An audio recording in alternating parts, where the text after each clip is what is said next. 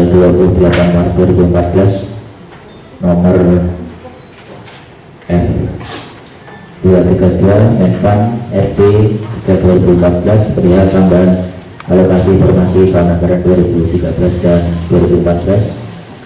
Surat Kepala BKN tanggal 27 Februari 2014 nomor K2630/523/499 perihal penetapan nomor induk pegawai negeri sipil dari tenaga honorer kategori 2 formasi tahun anggaran 2013 dan tahun anggaran 2014.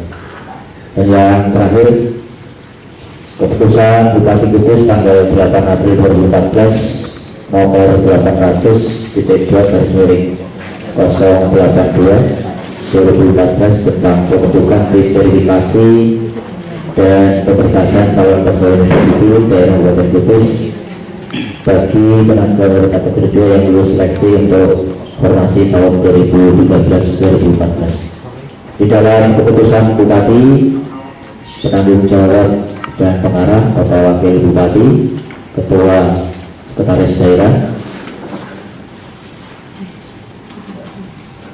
Sekretaris Badan Kepegawaian Daerah dan anggota asisten administrasi, Ketua Sekretaris Daerah, Wakil Ketua Asisten Administrasi dan Keuangan, Sekretaris Badan Kepegawaian Daerah, anggota asisten pemerintahan, Kepala Dinas Pendidikan, Inspektorat, Kepala Bapeda dan Kepala Bagian Hukum.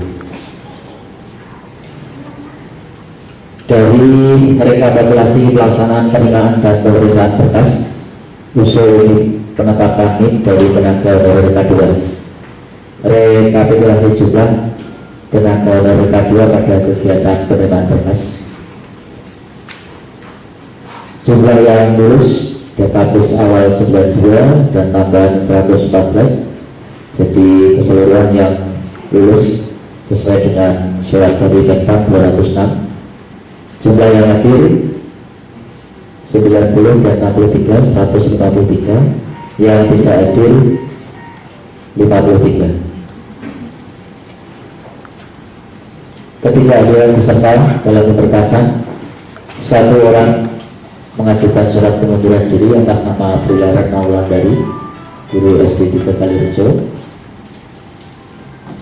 1 orang kepala sekolah membuat surat pernyataan tidak merasa mengerjakan kegiatan atas nama Yuli Lestari, dan 51 orang tidak hadir tanpa keterangan.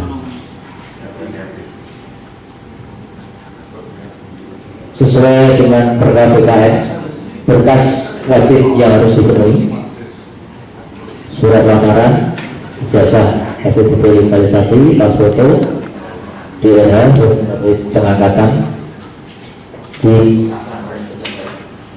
eselon 2, ya, SKCK dan surat sehat.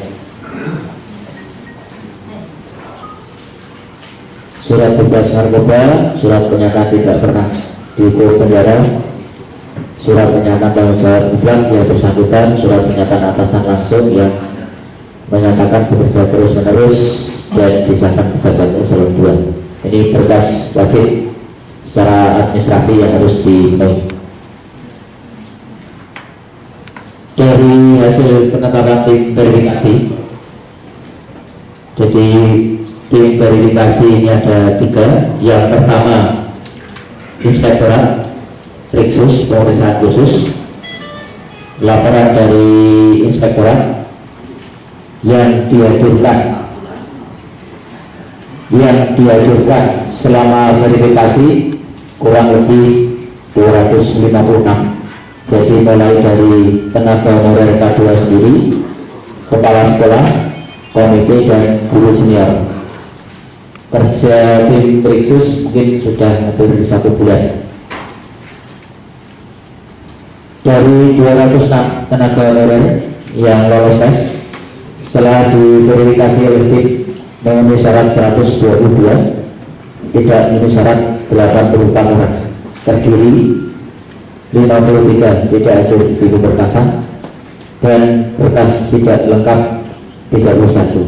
Jadi 206 memenuhi syarat 122, 84 orang tidak memenuhi syarat. 122 memenuhi syarat ini dari administrasi BKD yang disyaratkan terpenuhi, pemeriksaan khusus dari inspektorat yang tadi saya sampaikan bahwa inspektorat memeriksa kurang lebih 256 orang yang dihadirkan. Mungkin nanti secara jelas inspektorat bisa membantu untuk menyampaikan pada teman-teman sekalian. Mungkin sedikit penjelasan ijazah sebagaimana tadi disampaikan oleh Pak Zaid. Memang sesuai dengan Undang-Undang Nomor 14 Tahun 2005 tentang guru dan dosen, dijelaskan bahwa guru yang belum memiliki kualifikasi akademik dan sertifikasi pendidikan wajib memenuhi kualifikasi pendidikan dan sertifikasi pendidikan paling lama 10 tahun sejak berlakunya Undang-Undang Nomor 14 Tahun 2005. Berarti efektif berlaku Undang-Undang Nomor 2005 ini adalah pada tahun 2015.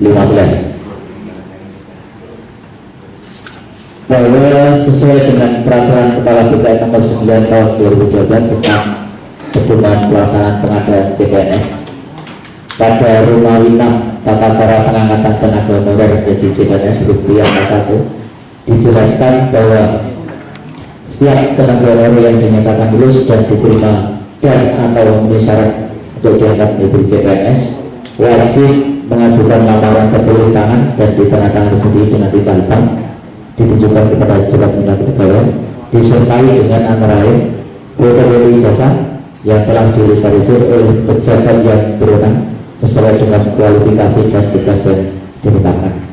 Khusus bagi tenaga honorer yang dibiayai atau tidak dibiayai BPNUD, ijazah garis miring STTP yang dilampirkan berdasarkan ijazah STTP yang sesuai dengan data verifikasi dan validasi, kecuali untuk jabatan guru. Jadi untuk ada yang istilahnya yang bukan hak menjadikan hak, yang tidak hak akan menjadikan hak tidak mau. Biarlah ini semuanya berjalan sesuai dengan mekanisme dan aturan yang berlaku. Terima kasih, kami persilakan untuk beliau Pak. Saya persilakan sebenarnya.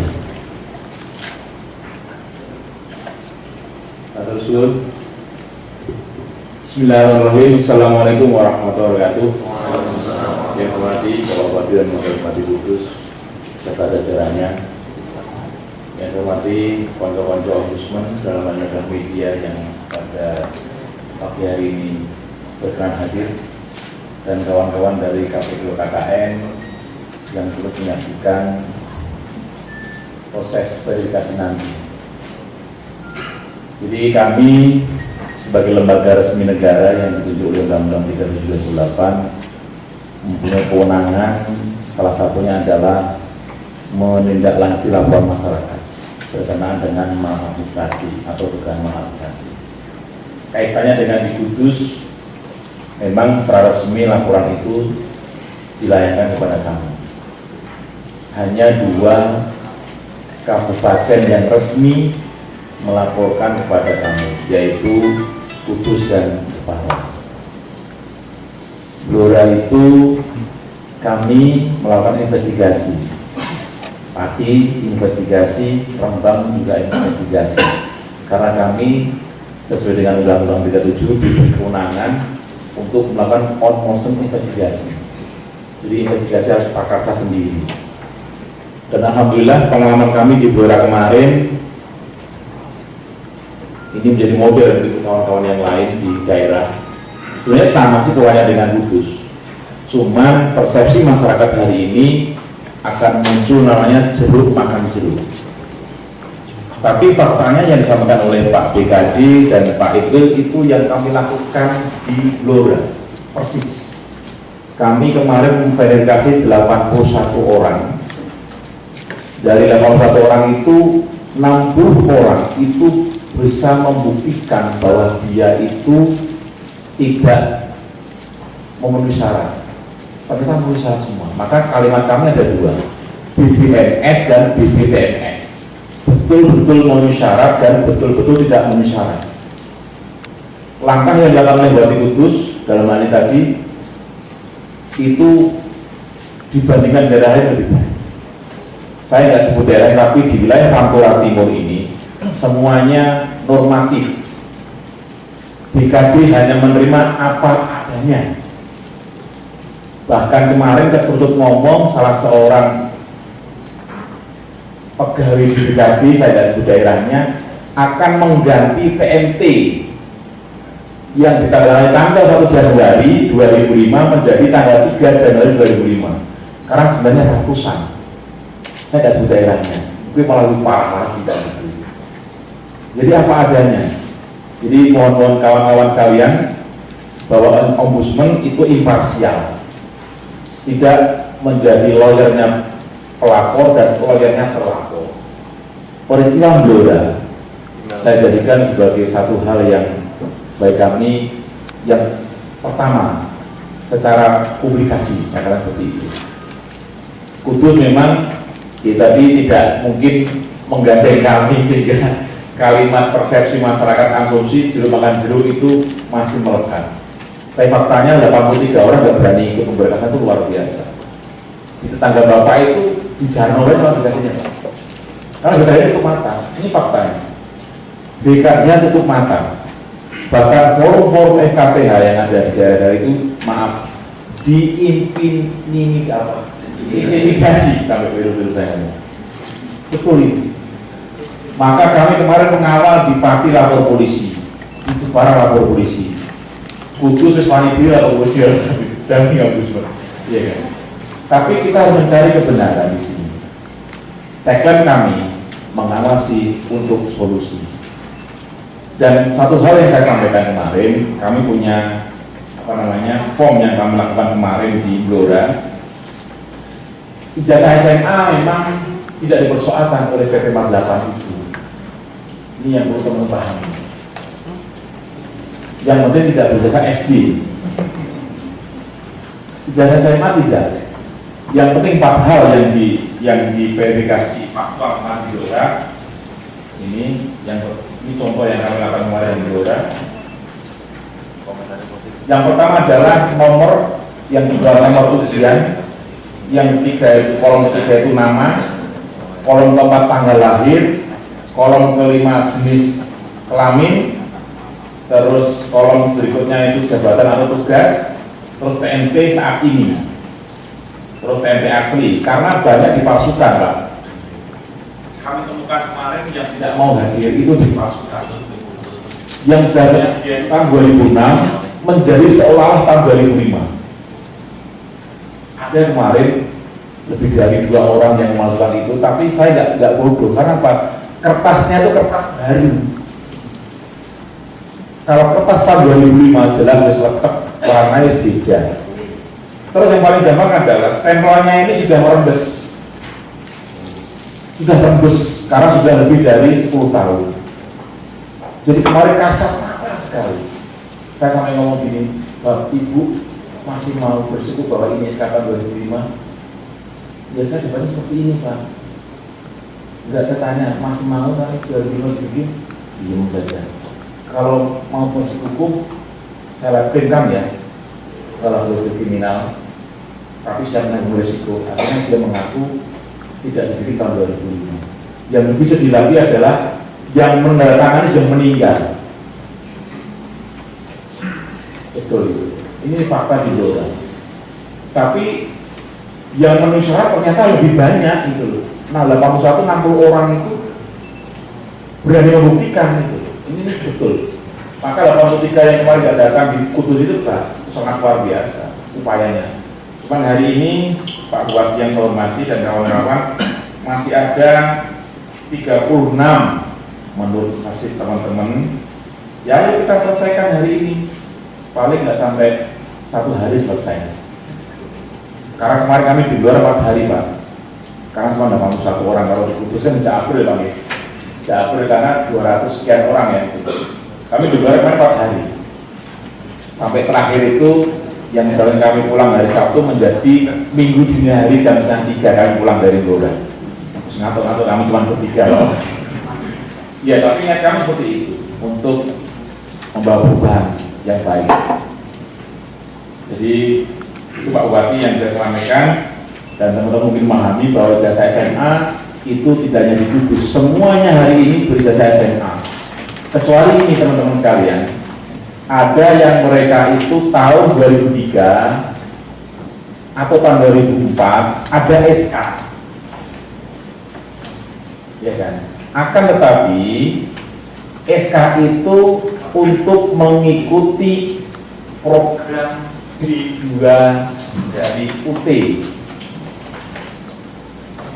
Ini fakta kemarin, ada 2 orang yang kami tolak. Kenapa?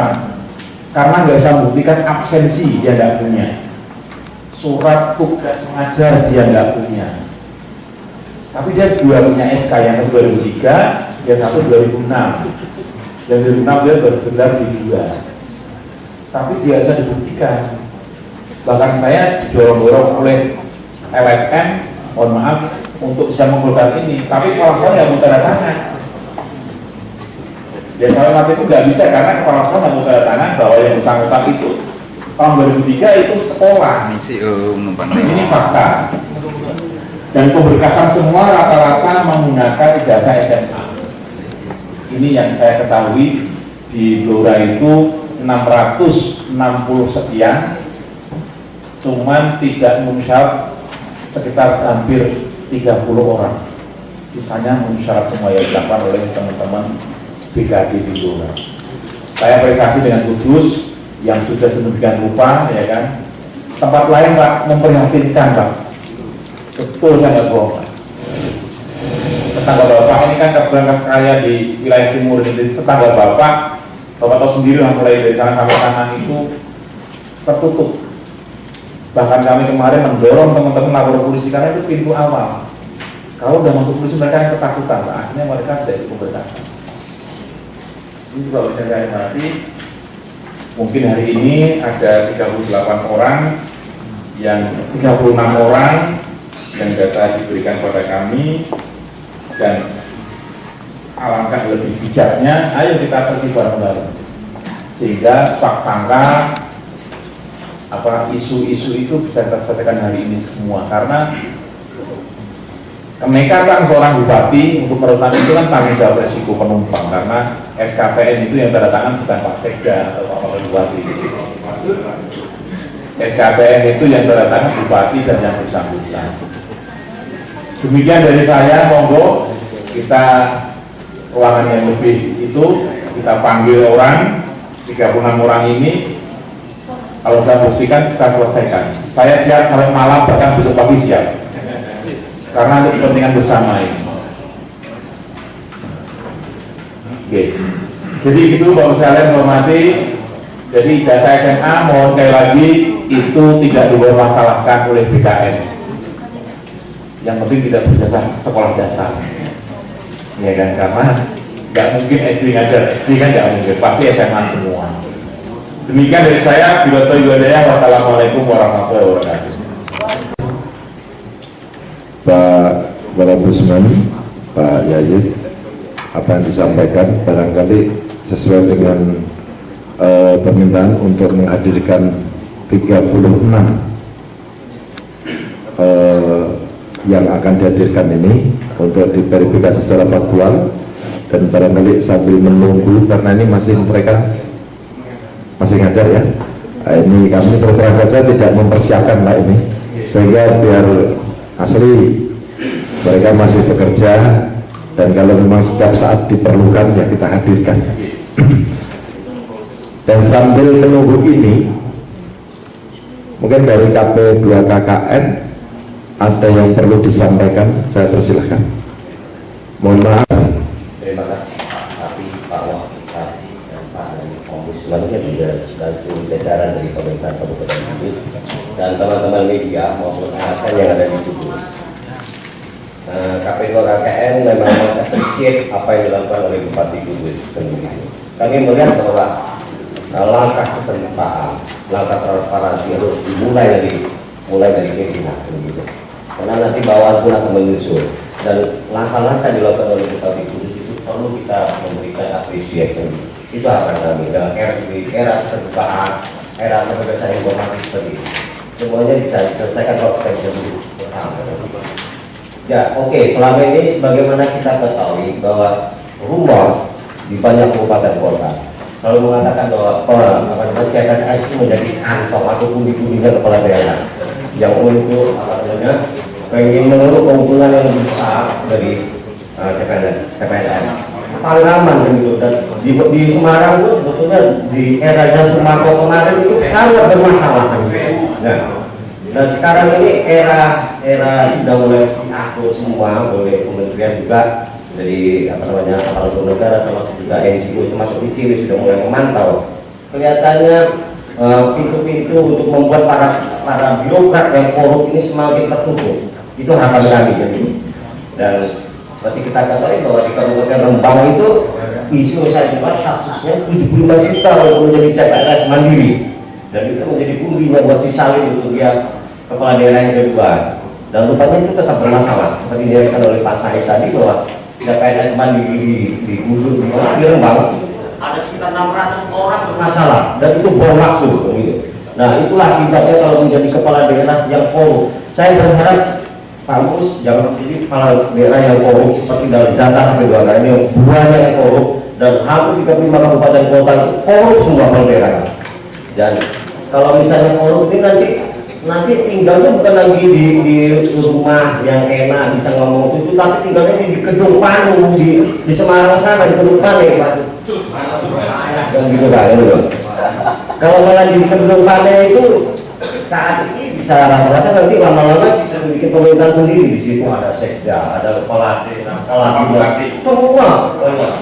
Ya, saya tidak mau berharap dari Pak Mus nanti menjadi kemudian hari seperti itu, dan langkah yang dilakukan oleh Pak Mus ini perlu kita appreciate karena ini bagian dari era kita buka, bisa duduk bersama di sini, disaksikan oleh NGO yang ada di Kudus, disaksikan oleh saya, juga ada Ombudsman dan semua media meliput. Itu harapan kami karena kita ini semua bisa diketahui oleh masyarakat. Apa yang kita lakukan adalah teman-teman media yang bisa mengekspos apa yang kita lakukan, dan gitu. Semoga apa yang kita lakukan ini memberikan manfaat buat Indonesia ke depan yang lebih bersih. Itu harapan saya. Terima kasih Pak Mus. Terima kasih Pak Eko. Bapak Ibu sekalian, tiba saatnya mungkin dari rekan NGO yang ada di Kudus kami persilahkan barangkali masih ada masukan, saran, bahkan pendapat. Pak Insya Allah dengan awal itu bismillah kita yang baik, niat yang bersih, sama-sama untuk menyelesaikan masalah tanpa masalah, tapi bukan berkadian. Menyelesaikan masalah dan tidak bermasalah bukan berkadian, tapi sedang persoalan kita carikan solusi, dan mohon nantinya setelah clear saya berharap izinkanlah kami bisa menandatangani untuk mengajukan NIK sehingga sesungguhnya mereka yang berhak itu dia tidak terkantong-kantong. Tapi bagi mereka yang tidak berhak, ya memang jangan sekali-sekali untuk diajukan. Ini yang kita harapkan. Kami persilahkan Pak Sururi atau Pak Selamat Mahmud untuk menyampaikan.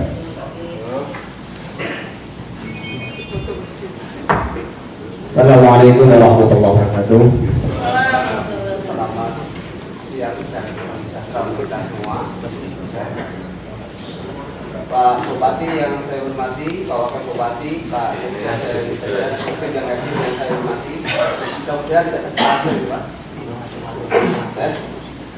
Bapak Kepala Ombudsman Perwakilan Jawa Tengah DIY, Pak Jai yang saya hormati, dan bapak-bapak dari dua KKN Jawa Tengah yang hormati, teman-teman media yang saya hormati dan saya banggakan. Pertama-tama saya ingin menyampaikan terima kasih Pak, walaupun kami tidak diundang. Kami ini tamu tadi diundang Pak. Makanya jangan sampai nanti ada salah persepsi KMK tidak diundang kalau datang. Tetapi ketika kami di luar tadi, Pak Bupati ada masuk ya saya ikut masuk. Dan kedatangan kami ke pendopo tadi adalah untuk menyampaikan surat audiensi kepada Pak Bupati besok jam 1 siang dengan kawan-kawan K2 ASPI di Kudus. Pakai sop lagi.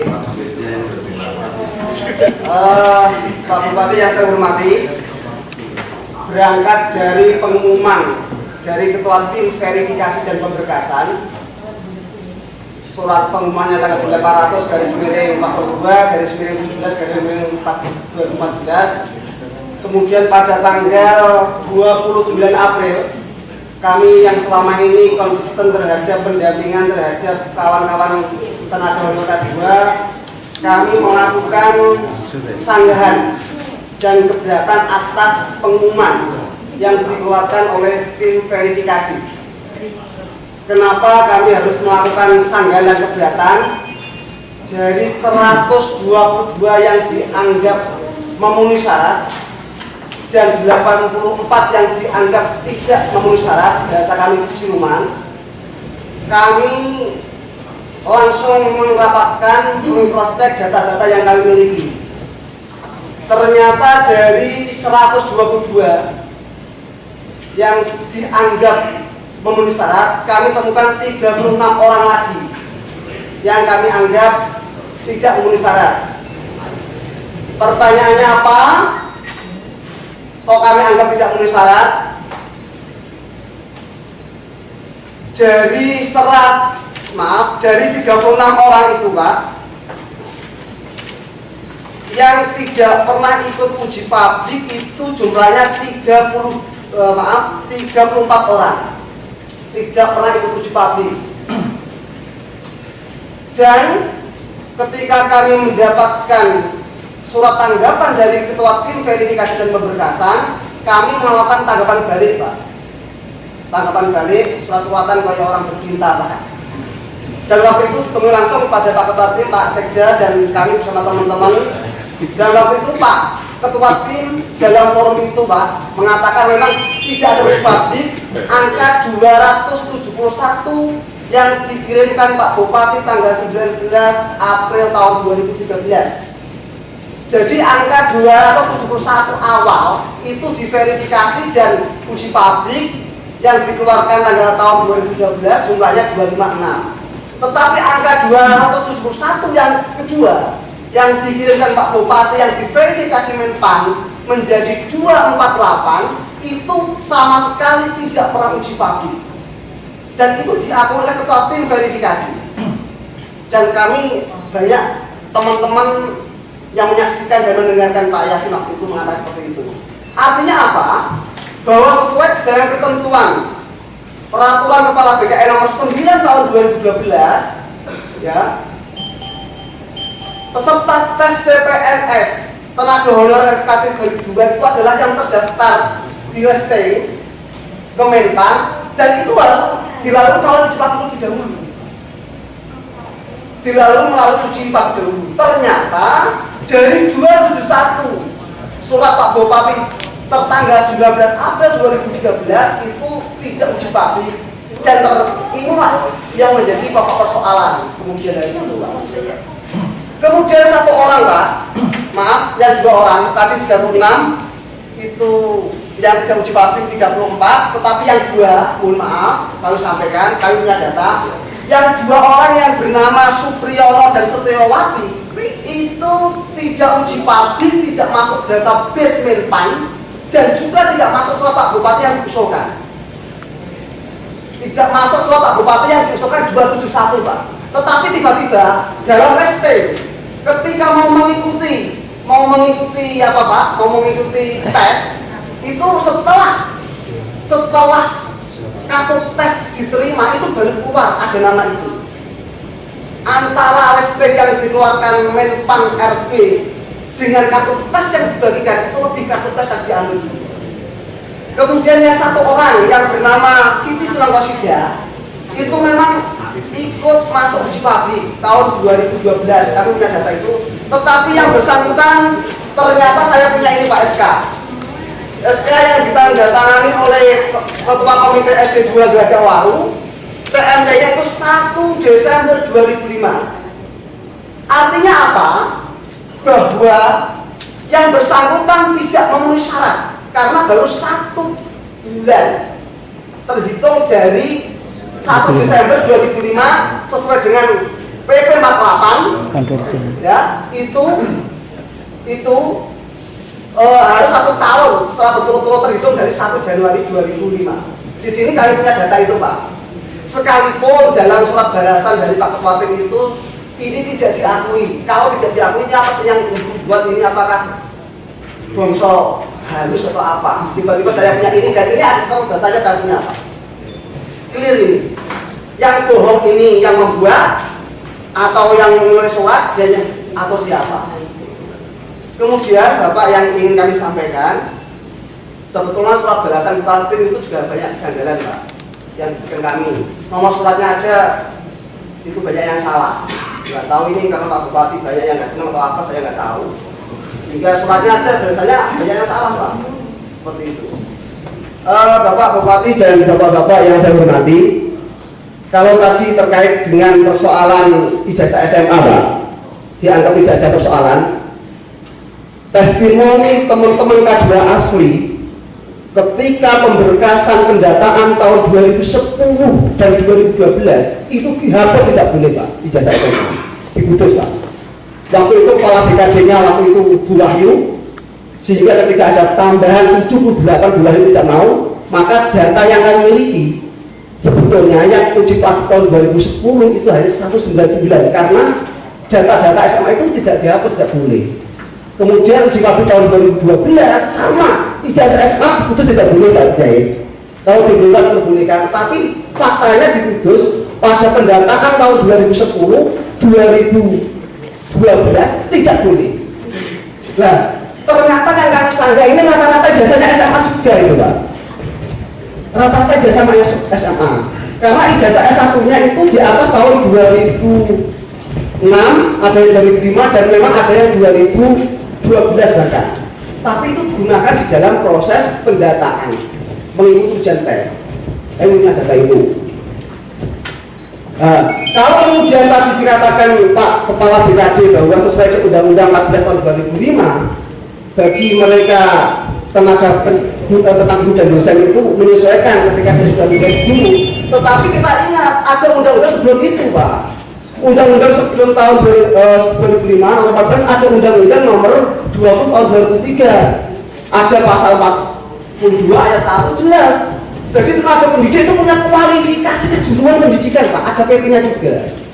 Makanya waktu itu ngotot BKD itu betul sudah waktu itu. Artinya apa? Ada perlakuan yang berbeda antara 271 yang pertama dengan 271 yang terakhir. Bahkan waktu itu teman-teman banyak saya testimoninya teman-teman siap-siap semuanya Pak. Ketika pendataan di BKD sampai jam 1, Pak Refli, Puyo, marah-marah penggane Pak. Penggane marah-marah teman-teman kami Pak. Waktu pendataan tahun itu. Karena ya itu tadi. Tapi kenapa yang 2071 yang datanya SMA tiba-tiba dengan mudah diusulkan gitu loh Pak. Dan semuanya akan terbuka lah kemudian kalau mau jujur gitu loh. Persoalan ujian kan kadang-kala teman-teman itu banyak yang tidak mau jujur karena takut gitu Pak. Bahkan yang saya ubah, saya buka di forum ini, kami punya surat keterangan akan kami buka nanti pada saatnya Pak. Orang yang membayar angkanya sekian puluh juta, fotokopinya saya punya, bahkan rekeningnya juga ada Pak. Ini ada permainan antara orang-orang mungkin di bawahnya Pak Bupati dengan oknum-oknumnya di sana. Ternyata KMKM membuat surat pada Pak Menteri ke sana, berhenti di level 3 Deputi SDM Pak. Saya cek ke sana. Ketika saya ketemu Pak Menteri belum, saya belum dapat surat Pak. Bapak-bapak kalau tidak percaya, bapak-bapak buka di TV KMKB, YouTube TV KMKB itu sudah ada semua. Pergerakan kami, ya kami juga masukkan di YouTube. Itu ada semua. Kami ketemu Pak Menteri, kami ketemu Pak Sismen, semuanya ada di sana. Kami sampaikan fakta-fakta dan data-data yang ada. Seperti itu. Jadi sifatnya kita tidak fitnah, sifatnya kita tidak suka dengan seseorang, bukan, karena tujuan kita adalah bagaimana yang berhak untuk mendapatkan, yang tidak juga dia tidak mendapatkan. Tujuan utamanya adalah itu. Kemudian Pak, kemudian kami yang ingin sampaikan pada forum yang berbahagia ini, saya sepakat bahwa forum ini adalah forum mencari solusi yang terbaik. yang terbaik. Karena kami anggap 36 orang ini kami anggap Pak masih bermasalah dalam perspektif kami tentunya berdasarkan data-data yang kami miliki itu, makanya kami sepenuhnya menyerahkan kepada Pak Bupati dan Kota Tim verifikasi. Kalau memang itu sudah dianggap benar bagi kami ya itu hak panjenengan, tetapi kami akan melangkah. Kalau kemudian 36 orang ini tetap diteruskan, kami akan melangkah dengan cara kami tentunya seperti itu. Karena kami melangkah juga berdasarkan peraturan perundang-undangan Pak, tidak melangkah ngawur gitu loh. Mungkin itu dari saya. Mohon maaf, saya kenalkan barangkali ada beberapa Pak. Nama saya Semuri Mujib, alamat di Desa Tenggeles, RT 5 RW 4, Kecamatan Mojogo, Kabupaten Kudus. Ada tambahan dari Sekretaris KMKB kepada Mas Selamat Amudin, silakan. Mohon izin Pak, Assalamualaikum warahmatullahi wabarakatuh.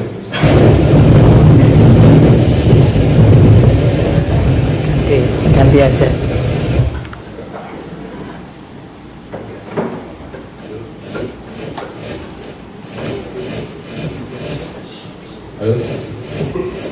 Sudah banyak yang disampaikan oleh Pak Soluri, hanya menambahkan Pak.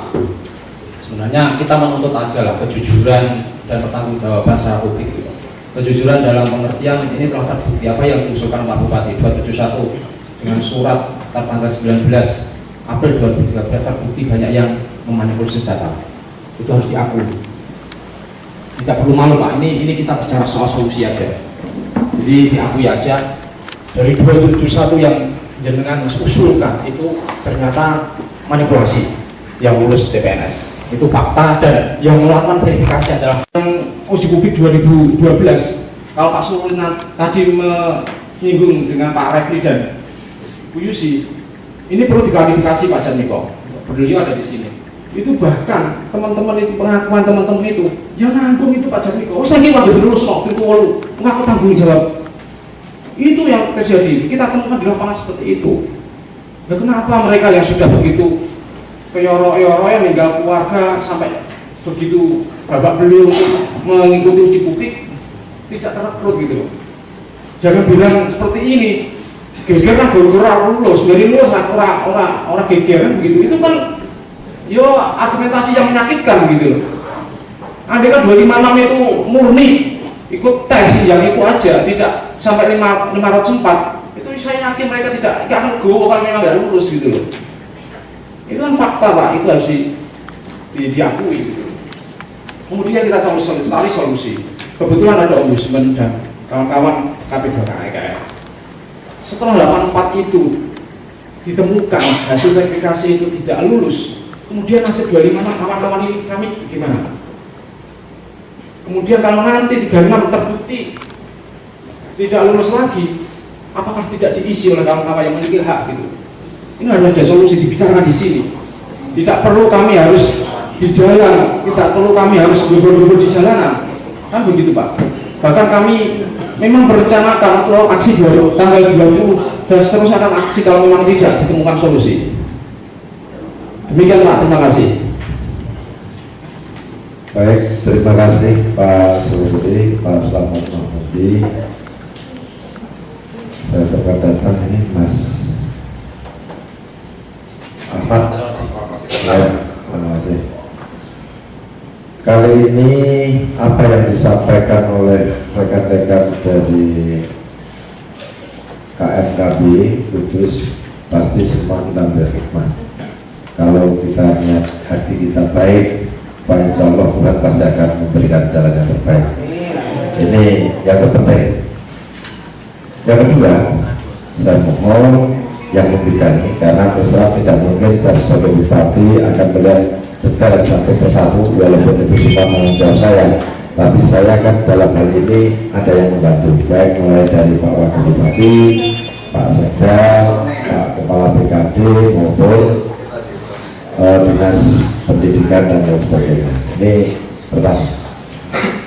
Yang kedua, yang sungguh sangat menggetarkan hati saya, betapa bahagianya kalau seandainya saya punya kewenangan untuk ikut apa yang diberikan oleh kawan-kawan KMKB tadi, bahwa memberikan solusi bagaimana nasib mereka itu.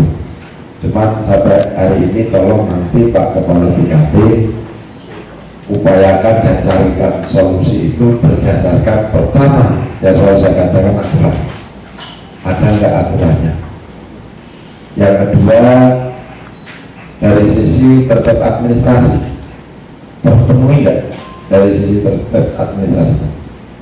Dan yang ketiga adalah tepat sasaran. Kalau memang itu ada dan terpenuhi, pastikan saya tidak akan ragu dan bahkan saya katakan dan datang kawan-kawan semuanya di sini. Kalau memang itu terpenuhi dan ada. Dan yang lebih lagi saya mohon ini bukan dalam dialog untuk mencari siapa kalah siapa menang, tapi saya sepakat kata Pak Presiden tadi, Ombudsman ini adalah mencari solusi yang terbaik. Sehingga jangan sampai nanti kawan-kawan yang lain yang semestinya punya hak akhirnya tergantung-gantung. Dan saya minta dari 36 yang disampaikan tadi mengenai uji publik dan lain sebagainya, kami sampaikan kepada Pak Kepala BKD, kenapa sih kok malah ini tidak ada uji publik? Nah, ini tolong disampaikan. Dan tadi disampaikan ada yang SMA yang saat itu tidak bisa. Kenapa sih kok ini bisa walaupun undang-undang mengatakan bisa, dan menurut pendapat kawan-kawan dari Kudus tidak bisa? Ini terus terang saja saya mohon untuk dijelaskan sejelas-jelasnya, sedetail-detailnya, sehingga tidak ada perbedaan pendapat atau bahkan saling mengancam. Karena orang diancam itu tidak enak, yang ancam tidak enak, yang diancam juga tidak enak. Karena Pak, kalau bisa selesai kenapa tidak? Kalau memang ada aturannya kenapa dilanggar? Bagi kami untuk menandatangani tinggal satu orang sekalipun tidak ada masalah buat saya. Kalau memang itu tidak terpenuhi, tapi kalau terpenuhi ya, marilah kita jangan mendolimi orang-orang yang memang punya hak. Ini loh kami, sehingga kami buka dalam forum ini, maksud dan tujuannya adalah ada pemahaman yang sama. Begitu, saya persilahkan dan mohon kawan-kawan tidak usah karena ada tuntutan urusan polisi, urusan saya akan jelaskan. Saya terima kasih sudah ingin menyelamatkan saya. Nah, ini bagian daripada upaya yang baik. Mudah-mudahan kawan-kawan ini semuanya akan bisa berjalan dengan baik. Saya persilahkan Pak Kepala BKD. Boleh interupsi nggak Mas? Sedikit sebelum Pak BKD ngendiko Pak. Maturnya kepada saya. Kepada semua forum ini Pak. Ya saya yang bawa ya saya. Bupati ini. Oke, nah kalau kepada saya persilahkan. Oh, terima kasih. Assalamualaikum warahmatullahi wabarakatuh. Saya mohon maaf, saya nggak tahu kalau ada acara ini, jadi kami tadi lari dari luar, ditelepon sama Pak Erwin, ada acara kok nggak ada, saya baru tahu. Nama saya Ahmad Reswadi, kami dari Lembaga Swadaya Masyarakat, Gabungan Elemen Masyarakat Peduli Amal Reformasi. Menyikapi gunjang ganjing dinamika perihal K2 yang sampai sekarang belum juga rampung, kami kepengen menyampaikan kepada teman-teman, kepada stakeholder, kepada semua aparat yang ada, bahwa menurut kami yang pertama, kalau yang namanya K2 itu saya kira baik usulan pertama atau kedua itu kan BKN memberikan satu pintu, sehingga itu merupakan satu dasar kami untuk menyampaikan aspirasi ini. Sehingga jika dinamakan K2 asli dan siluman, K2 asli saya kira ya Pak Abdul Hamid itu K2 asli, K1 asli Saudara Mustofa Wardoyo, kemudian yang berikutnya adalah K2 yang sama-sama mencari proses sampai kepada NIP itu ada. Jadi menurut kami kalau kita gonjang ganjing di hari ini, saya kira nggak sepenuhnya benar, karena ada satu klausul dari kita lihat dalam lampiran pertama Perkab BKN nomor 9 tahun 2012 di dalam Romawi kedua, bahwa di sana itu jika nanti sudah dijadikan PNS atau CPNS ternyata didapatkan satu manipulasi atau rekayasa, itu kan yang berkenan berhak untuk mencoret PNS tersebut dari daftar PNS. Nah, itu klausul kan belum pernah kita pergunakan sama sekali karena belum ada pengiriman berkas ke BKN dan belum terbit NIP, sehingga saya ingin semua pihak menghormati proses yang ada. Jadi kira-kira nanti jika sudah terjadi penerbitan NIP, nanti akan berlaku klausul itu. Jadi jika nanti memang ada K2 yang diduga seperti yang saya sebutkan melanggar itu dengan cara manipulasi, kita nggak akan segan-segan untuk ikut bersama-sama di dalam hal mendukung proses pencoretan itu. Sehingga intinya menurut kami, ayo kita hormati proses yang berjalan dan juga regulasi yang ada. Satu regulasi yang masih tersimpan dan belum tersentuh oleh kita semua atau belum menyentuh kita adalah Romawi 2. Lampiran pertama Romawi 2 hurufnya C, kemudian poin ke-13 dari Perka BKN. Jadi itu benar-benar mengatur jika telah terbagi NIP-nya tapi terdapat manipulasi. Kalau kita di sini ribut bicara di sini dalam hal ini persoalan K2 dalam keadaan belum di NIP-kan, maka kita seakan-akan tidak mau tahu adanya regulasi yang satu itu.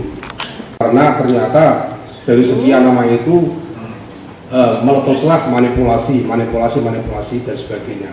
Tapi jika hari ini pasca pengiriman BKN ternyata masih ada perbedaan pendapat atau apapun namanya, saya kira kita lebih cooling down, kemudian proses biar berjalan. Jika setelah ada NIP itu lahir ternyata ada manipulasi, maka kira-kira itulah yang mau kita pakai dasar klausul yang tadi saya sebutkan untuk dipakai untuk mengatur semua keadaan yang nantinya terjadi. Saya kira itu Pak Mustafa dan teman-teman yang ada di sini. Terima kasih. Wassalamualaikum warahmatullahi wabarakatuh. Terima kasih Mas Ahmad. Saya langsung aja pada Pak Kapolri menjelaskan apa di atau langsung Pak Yud. Saya persilakan.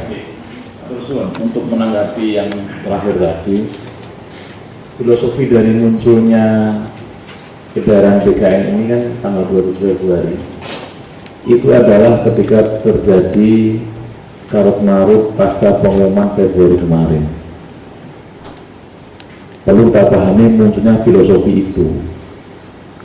Ombudsman punya kewenangan untuk preventif daripada nanti bermasalah di kemudian hari, karena ketika sudah menandatangani SKPN, jadi munculnya SKPN itu kan sebagai warning gitu. Jadi siapapun yang benar-benar tidak memenuhi syarat, ya jangan ikut pemberkasan.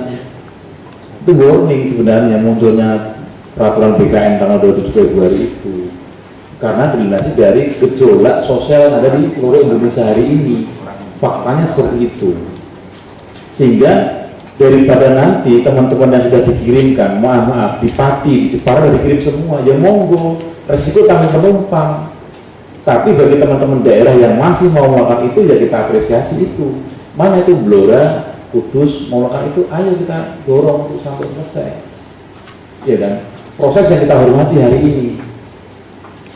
Jadi munculnya peraturan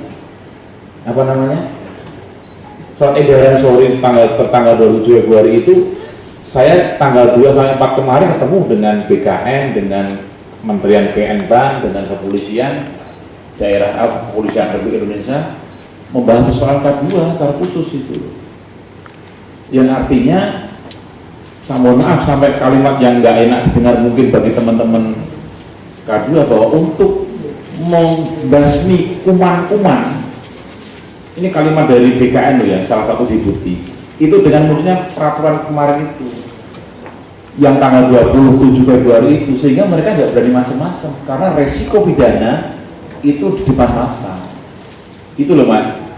Jadi saya menanggapi itu, sehingga kalau Kudus berkenan itu ya kita hormati, iya kan, Blora itu kita hormati, tapi yang lain-lain tidak melakukan itu ya monggo, pilihan. Karena SKPN itu mutlak. Kalau ternyata misalkan di Blora, di Jepara ada 228 orang yang diduga bermasalah, tetap hanya 31 yang di-delete oleh BKD, ya kan? dari 228 di Jepara itu yang didelete hanya 31. Barang sudah dikirimkan, saya dapat informasi dari teman-teman FKPH Jepara, sudah dikirim ke Kanrek Regional Jawa Tengah. Kasihan bupatinya, saya bilang seperti itu. Karena ketika anak buahnya bermain-main, yang tanda tangan bukan kepala BKD, bukan sekda, tapi bupati sebagai PPK, pejabat pembina kepegawaian. Sekali lagi seperti itu, kita hormati proses, dan Ombudsman datang ke sini dalam rangka untuk proses itu sampai sejauh mana selesai. Kalau ada ditemu 36 orang ini secara aturan perundang-undangan memang harus di-delete, ya kita delete. Iya, tapi kalau setelah peraturan undangan masih dibolehkan, itu hak orang lain yang harus dihormati. Saya kemarin sempat merinding ketika di Blora itu. Faktanya mengatakan semua melihat bahwa dia betul tahun 2003 dan mengakui. Tapi datanya hilang semua. Ini betul. Sempat bersumpah, sempat berani semua. Ini betul. Dia hanya satu SK tahun 2003, tapi teman-temannya semua lah.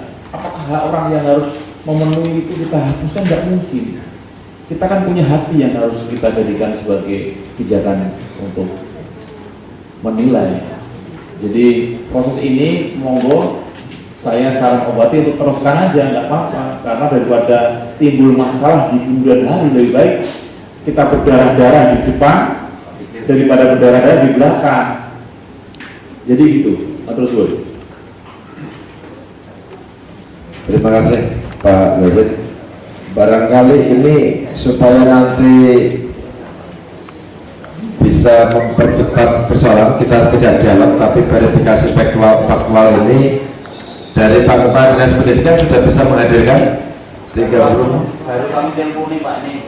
Jam berapa kira-kira bisa masuk sini? Ya. Jangan sampai kalau hari ini tidak bisa, jangan sampai kita hanya nunggu karena orang mungkin takut dan tidak perlu takut. Kalau memang benar ya hadir gitu. Ya supaya nanti ya. Nah ini saya nanti supaya semuanya, saya ingin bahwa ini semuanya bisa clear. Ini sudah kami lewat kepala OPT, 9 OPT sudah kami. Kalau perlu suruh jemput. Ya, siap. Nah, artinya supaya kita betul-betul bahwa kita ingin bekerja yang baik dan benar. Bukan karena khusus ini tidak pas. Untung kita kalau di bus tidak bisa bayarkan. 2 hari lagi Pak baru datang. Ini baru datang setengah jam. Sampai tidak izin, dari dulu saya perintahkan untuk menghadirkan. Jadi tidak usah diizinkan, harus wajibkan untuk menghadirkan. Karena ini kujikan mulai dengan SKPD biasa ya, tidak ada. Setengah jam cukup Pak. Ya, setengah jam cukup ya. Dan sambil itu saya mohon, ini apakah masih ada perlu penjelasan atau langsung verifikasi faktual Pak Jasin?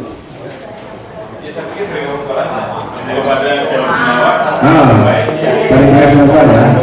Baik, terima kasih. Sambil menunggu kehadiran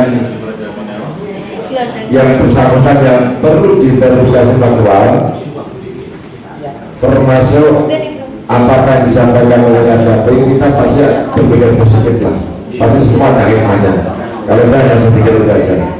Kalau memang itu dinyatu dengan cara yang benar benar.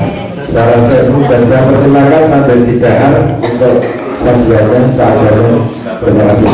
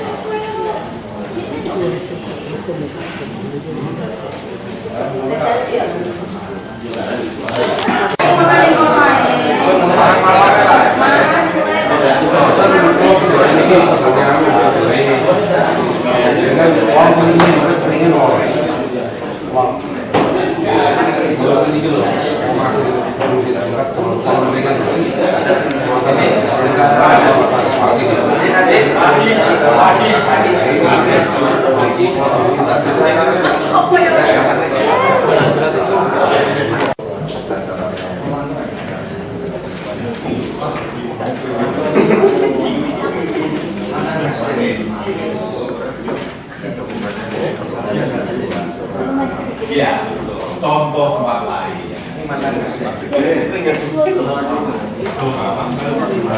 Ini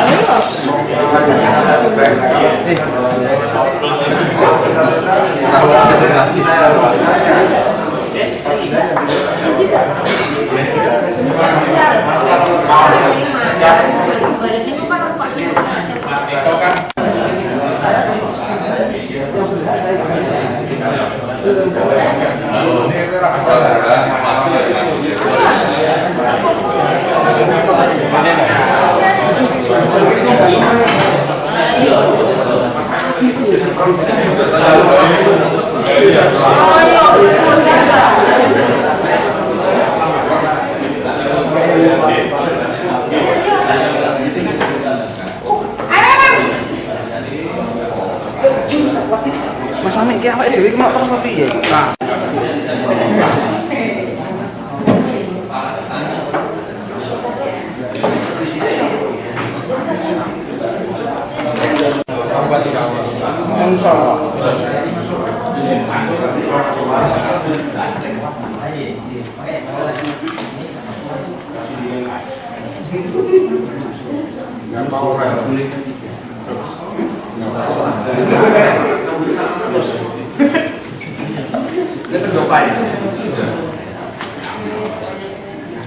Bosnya wis ngene yo.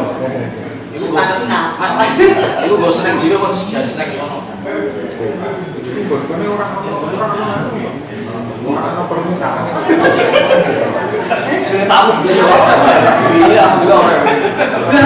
Jadi